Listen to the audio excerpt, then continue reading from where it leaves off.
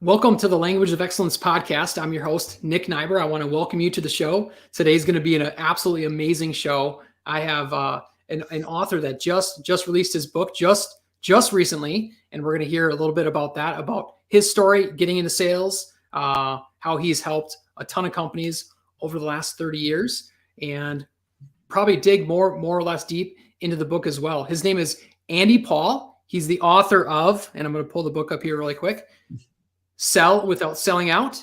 And this is an amazing book. I can't wait to dig in with the author. He's the host of Sales Enablement with Andy Paul, and he has been in sales for over 30 years. Super excited to have Andy on. Let me get him on the screen. Welcome to the show, Andy. Hey, thanks for having me. Yes, thanks for jumping on. Congratulations on your new book. Well, thanks. Yeah, very exciting. Yes, absolutely. And most of the audience that I speak with, just as you do on your podcast, are a lot of people that are in sales. And I'm always curious just to hear a little bit about everyone's introduction into sales. A lot of times sales chooses people and not the other way around. Could you share a little bit with the audience? Oh yeah, I stumbled into it. I mean, I had no grand plan about being in sales. Now, my first sales experience, such as it was selling women's shoes at JCPenney in high school. But from a professional career, I graduated college without a coherent plan about what I wanted to do with my life. And after sort of taking a summer off after graduation, got serious, went into the job placement center at college where I graduated. And most people recruiting, most of the companies recruiting were sort of the large tech companies of the day with these sales training programs that were, they were good. I mean, I didn't know that at the time, but in retrospect, no, they were good. But they were sort of even embarrassed to call them sales. Even back then, this was a long time ago. People didn't want to be called salespeople, so they were called marketing management training programs. After you start the job, it's like, well, no, this is sales. Why are we calling it marketing management? But anyway, so I just sort of fell into it and managed to stick around for a little while. Just a little while. In the beginning of your book, it talks about your first sales training experience. Can you share that? Can you share that with the group? I think a lot of people can relate to that. Yeah. Well, so I was hired by a company called Burroughs. At the time, they were the second largest computer company in the world, behind IBM. And after I'd been on board for like 2 weeks, they sent me away to this training class at the regional training center in Pasadena, California. And my basic takeaway, as I talk about in the book, was having watched a series of videos, sales training videos, and so on, was just like, what human being acts this way? It just was so reliant on these pushy, manipulative, salesy behaviors that buyers resist. And I couldn't even envision myself doing those things. So just from the beginning of my career, I was like, okay, I'm not gonna be able to do that, but there must be a different way to do this that will work. How do I, find a way to make sales work for me? It sounds like such an interesting introduction into sales. And the reason I say that, like, my background coming out of high school was in the military. So I remember my recruiters just saying before I went into boot camp, just listen to what people say, just follow instructions and don't stick out. And that's the flip side of what you're saying with the sales training is when most people go into sales and they experience their first sales training, do you think they're thinking, well, you know what, I'm going to think for myself, or am I just going to follow what's in the playbook? No, people just want to follow what's in the playbook. And unfortunately, that whole tendency to follow what's in the playbook has gotten worse, not better. And whether it's the impact of technology, and now we have the tools that sort of enable us to enforce compliance more to processes and playbooks than we did before. I think it's part of it. But I was fortunate to have managers that said, okay, great, we'll give you enough rope to hang yourself. And that's fine. I wanted that accountability. I wasn't afraid of that. I mean, that's part of why you go into sales, right? Is at least what was emphasized way more when I got started was you'd be hired and you'd be given a territory, whether it's geographic territory. In my case, it was a specific line of business I was selling to. But it was really stressed. You are the CEO of this territory, right? You have to act like it. So how are you going to grow this business? What are the steps you'll take? And there wasn't quite the same expectation that, hey, I would do it exactly the same as somebody else did it. Because what two CEOs act alike, right? So yeah, there were I was perhaps one extreme in terms of somebody wanting to sort of plow my own path and experiment and try things, just because of sort of basic lack of comfort with the way sales was trained. But it happened to a greater degree than you see today, and that was fine. That's the environment I came of age as. Yeah, here's your number, here's your goal. Yeah, tell us how you're going to do it. And I imagine it created maybe a little bit more of a vested interest in what you're doing on a day-to-day basis, because you were outperforming. If you fail, you fail. If you win, you win. It's your victory. Well, yeah, but in this circumstances there was a little more pressure, because when you sort of go against the grain, the consequences of failure can be more extreme, right? Yeah, we can be a little more forgiving if you followed the process and didn't quite work out, but you're off sort of doing something a little bit different. Yeah. But I guess I was just fortunate in circumstances and so on that I did well. But it certainly frustrated managers at certain stages of my career, even as I was further into my career, working at more senior levels. I'd still always have this approach of, okay, you're, as a boss, you're giving me some advice, you might be giving me some guidance. It just is not part of my personality to say, yeah, I'm just going to hop to and do that. Right. Yeah, I'm going to think about it and say, okay, based on my experience and based on what you're saying and all these other influences, this is what I think will make the best approach or the best way to do something. And fine, like I said, hold my feet to the fire. But and I think that this is really essential in sales these days, and we're really missing it as managers to say, look, my job is not to teach you one way to do things. It's to teach you how to listen, right? How to learn and how to experiment and how to try things to become the best version of yourself you can. And I'll support you that. And I want to hear what your goals are and what your aspirations are, and how can I help that happen? How can I help you make that happen? We don't see enough of that. Correct. And as someone's brand new into sales, it's really either my experience or your experience.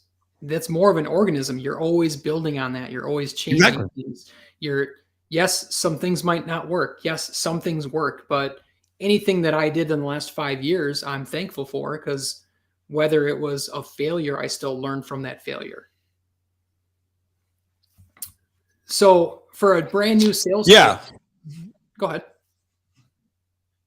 Well, I was gonna say it buffered a little bit, so I didn't hear all your question, but it's just keep experimenting. As I say in the book, all life is an experiment. I mean, it's this Ralph Waldo Emerson quote: "All life is an experiment. The more experiments you make, the better."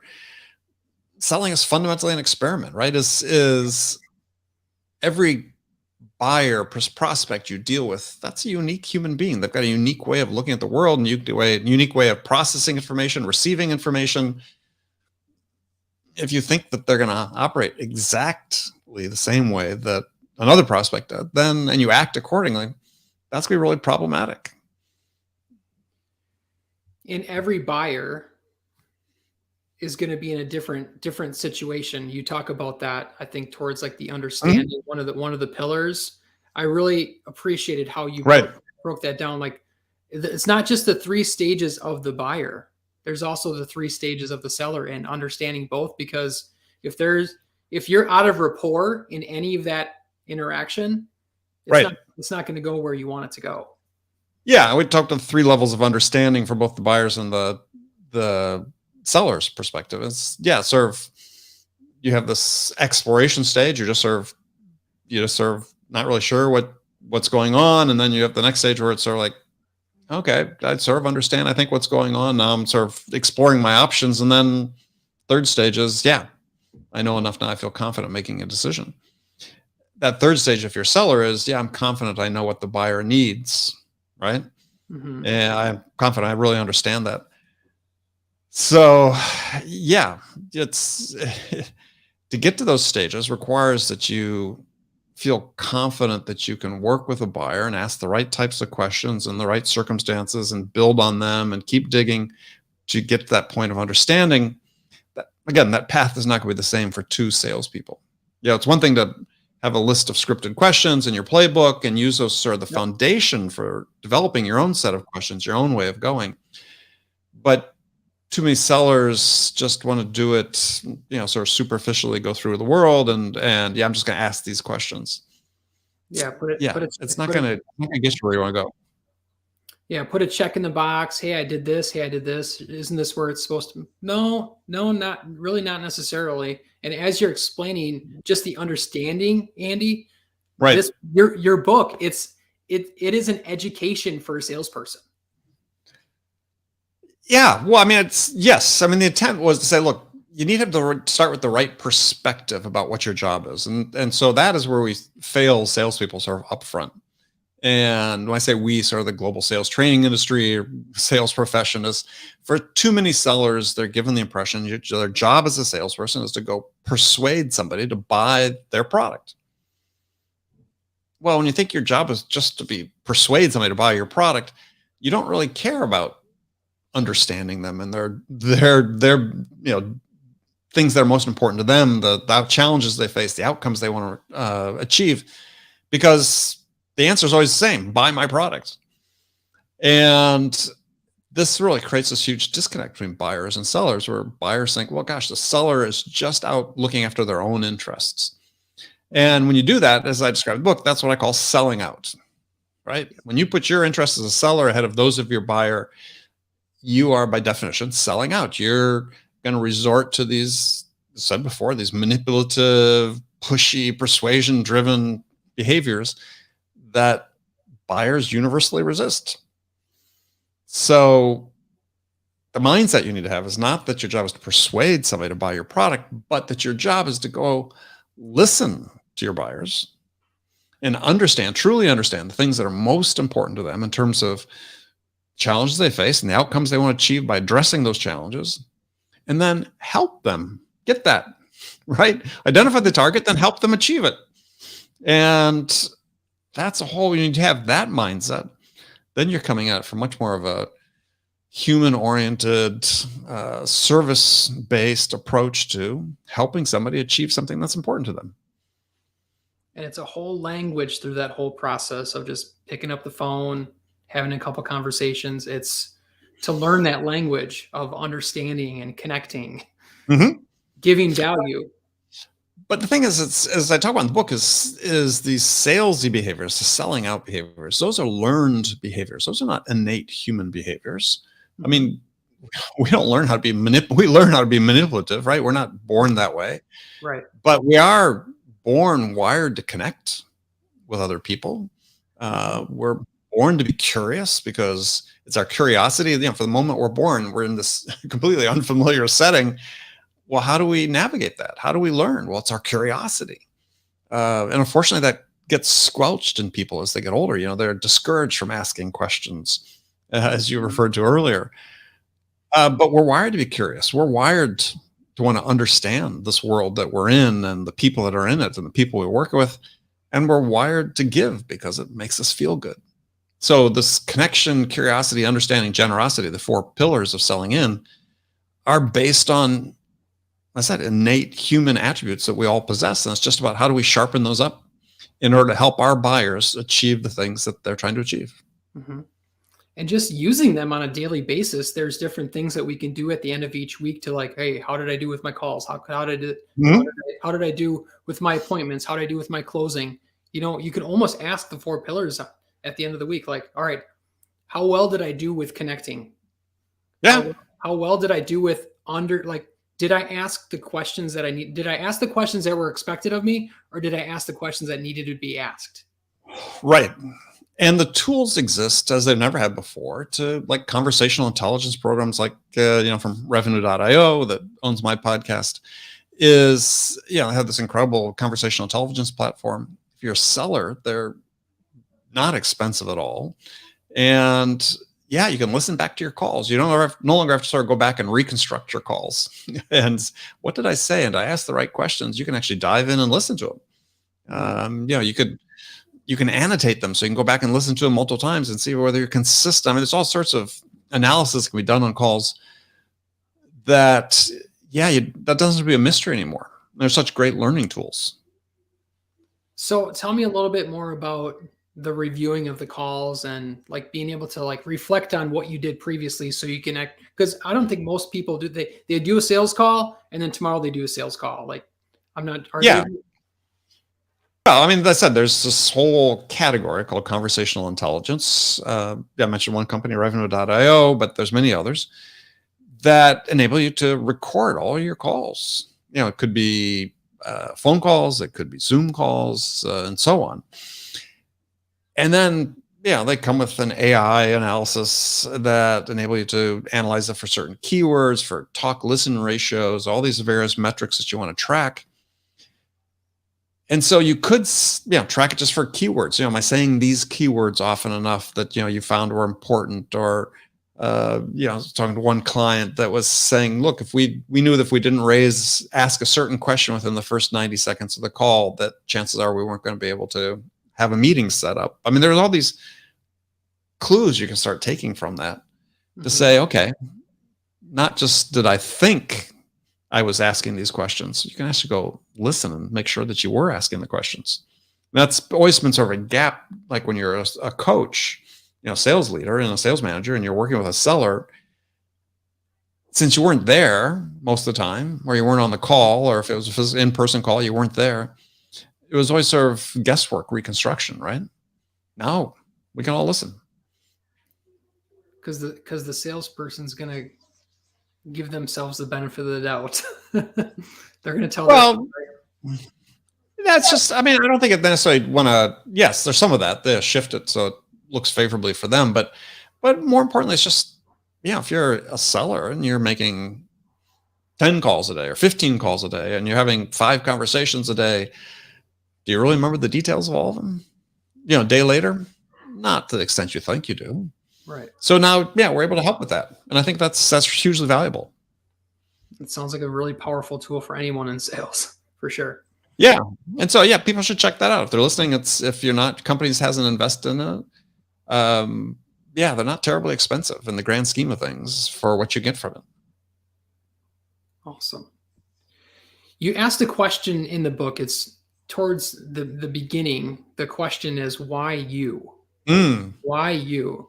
And I like this is a question that we are all asked. We're all asked this question probably multiple times a day in various settings, not just in sales. Is before people decide to invest their limited time and attention in you, is they want to know, why should I listen to you? Why should I trust you?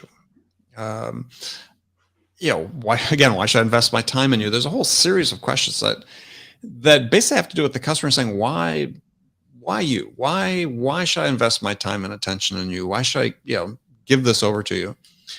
And it's not a question you ask or answer verbally. Excuse me. You don't answer it verbally. It's how people experience you. It's this first impression you create.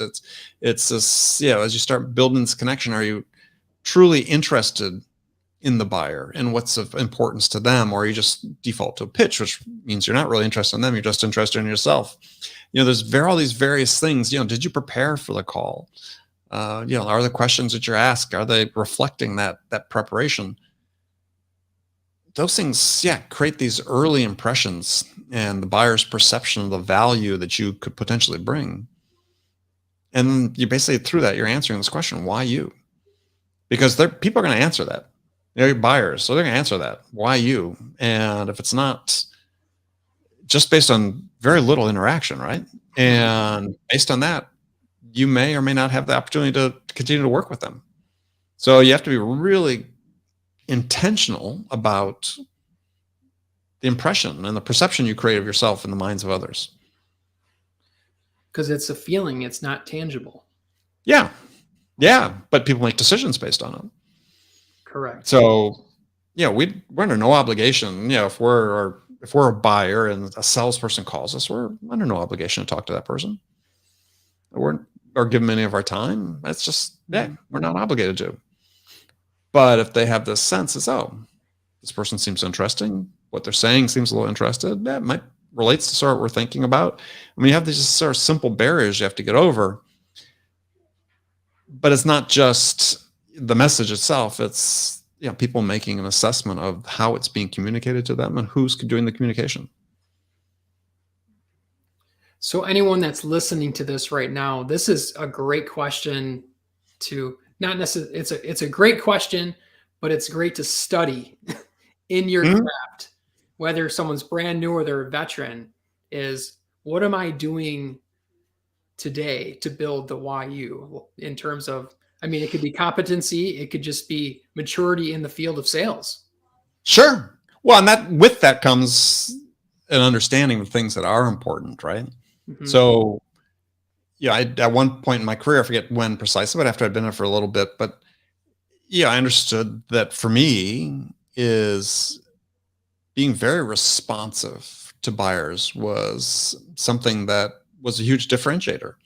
And responsive meaning not just that I would get back to people quickly, but that when I got back to them, I had the answers or the information they needed, right? I mean, that's really the definition of responsiveness. Responsive is not just about being fast, it's about being complete as well.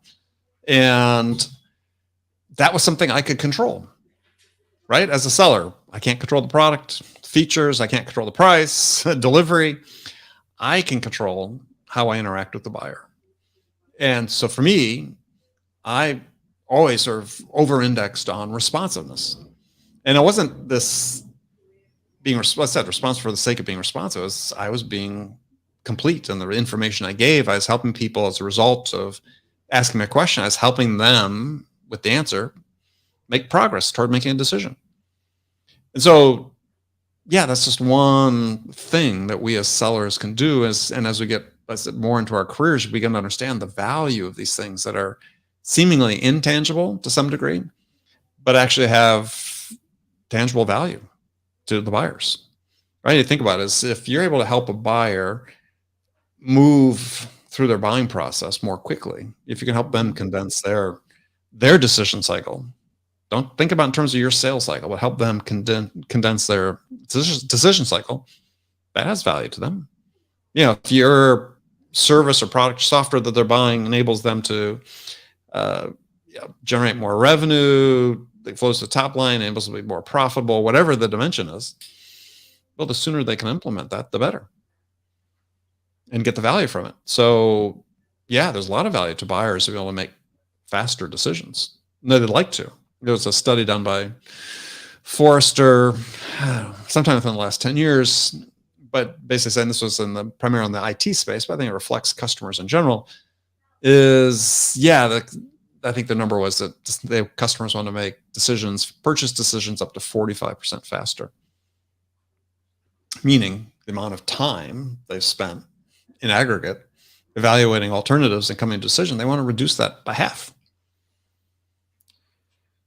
Yes, they don't want to drag it out any more than you want it dragged out. Well, yeah. Though, if you ask a lot of sellers, though, you can walk away with the opinion. And I actually was in a conference once in Vegas and was listening to this relatively prominent person talk about slow buyers. And on and on, there's sort of general nodding in the audience of, buyers, they always slow things. That's like, they're not the problem. We're the problem, right? Is buyers, to your point precisely, they don't want to spend 6 months to make a decision on something. They could make it 3 months if we as sellers enable them to do that. Correct. Which you covered. Which you covered. I mean, in the last chapter, you talk about sales acceleration, how that's a myth, but the things that buyers do, like they look at, like, how much time do I want to invest in this? How much resources do I like? And then they eventually say, good enough. Yeah. Well, that's right. I mean, that is sort of an eye opener for a lot of people when they begin to understand this, is that in most things that we decide on in life, and this is particularly true in business, decision makers, companies make the good enough decision, right? Is they evaluate the alternatives and they say, look, it's not worth any additional investment of our time to keep on researching alternatives because, hey, the chance we'll find something substantially better than what we just came at are slim. So it's just not worth the investment of our time. And I talk about in the book is there's a Nobel Prize winning economist named Herbert Simon who came up with this term that reflects this called satisficers, which is a combination of the word satisfy and suffice. And what Herbert Simon found in his research about decision making is that people generally research alternatives until they find one that satisfies their requirements and suffices for them to achieve their desired outcomes. And when they find that, they say, well, that's good enough. Let's move forward. For the reasons I talked about before, right? It's not worth any additional investment of their time. Right. So he created this combined word, satisfice, which talks about making the good enough decision. Because what happens is that when we make decisions, is we have these three constraints that exist for all of us in making a decision. One is we don't have unlimited time to make a decision. Two, we don't have access to unlimited good information about what decision we're trying to make. And three is we don't have an unlimited ability to understand or a perfect understanding of the information that we have. So with those three constraints, what do?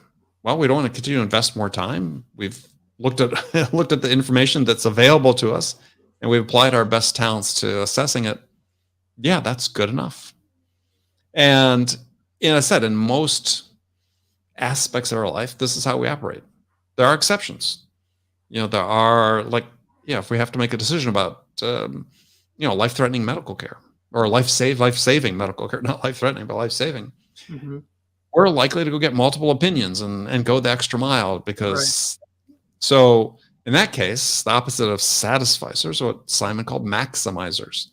And as maximizers, we will evaluate every single alternative to assure ourselves that we're making the absolute best choice. You do see that occasionally in business too. You do see some customers who are maximizers, whether it's IT purchase, software purchase, so on.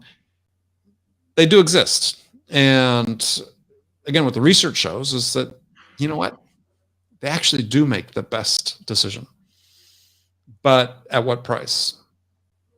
And secondly, I don't know if it's Simon's research, somebody else did some research into maximizers, found out that they're actually much more likely to have extreme buyer's remorse, maximizers, because they think there must have been something out there they missed that was even better. So, yeah, I've been working with clients in the past where we would disqualify maximizers and say, yeah, it's just not worth selling to them because it's going to take so much more time and it doesn't increase our odds of getting the business. And if we do win the business, they're much more likely to be an unhappy customer. So just understanding what a maximizer is and then being able to identify that in the sales process is probably pretty powerful. Yeah. I mean, this was a different client we were working with, and salesperson was talking to me about a particular deal they were working on, and I said, so what's sort of the next step? I said, well, they've said they've talked to 15 vendors. And I'm like, yeah, that's a problem, right?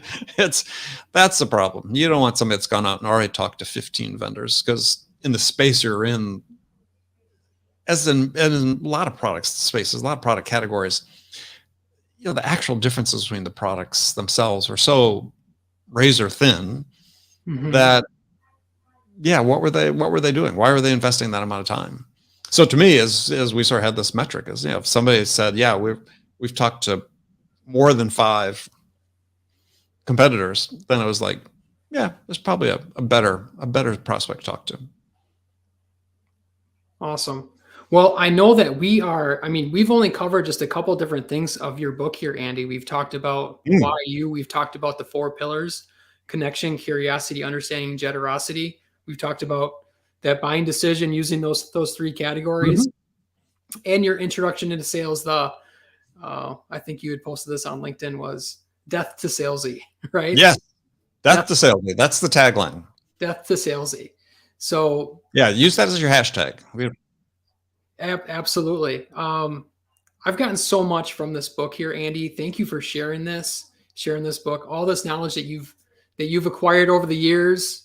Thank you for sharing this, not just with me, but all the other readers that are out there. Again, sell without selling out. If you're watching this on video, here's the book. And what's the best place? Available anywhere, Andy? Pretty much Amazon, anywhere you'd order online, actually physical bookstores as well, Barnes and Noble and so on. I've seen it in several independent bookstores, airport bookstores. Always fun to see it there. But yeah, please check it out there. And yeah, if you want to connect with me, follow me on LinkedIn. You can connect with me there. I'm pretty active there.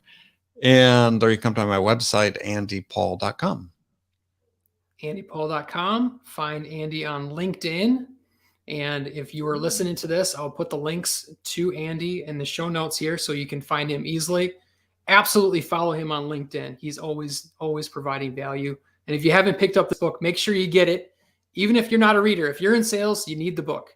Pick it up. So and you can listen to it on audio. So I do narrate it if you prefer to listen as opposed to read. I do both. I enjoy listening and I enjoy the physical book. You're good. So last question here before we end the show. Yes. Your audience are salespeople, sales managers, anyone in the sales field. Right. In regards to sales, how would you define the language of excellence? Continuous learning. Right? Just keep learning. And I think that's true of many professions, not just sales, but it's constantly changing. Technology has revolutionized certain aspects of how we sell. So stay abreast of it. I mean, it's not just the technology of selling itself. It's our understanding of the human brain and how people make decisions and process emotions and so on. I mean, there's just new fields of knowledge, coming to the fore all the time that could help you, if you understand it, to interact with another person, to help them make a decision. So yeah, just keep learning. And it's never been easier because there's podcasts like this, books, online resources, YouTube, so on, you name it. Everybody's familiar with it. Take advantage of it. Invest 10 minutes a day just to read. And I mean, if you read a book a month about something related to sales, it doesn't have to be about selling itself, but something related. Like I said, decision-making, psychology, whatever, you'll be so far ahead of the game in a year. It's just because there aren't enough people that do it. So if you are that continuous learner, self-motivated continuous learner, that will propel you to excellence. Continuous learning. I love it. All right. Well, thank you so much for joining the show here today, Andy. Make sure you pick up his book, and we will see you next week. Anything else to add here, Andy, to end the show? Go Pack. Go Pack. There we go.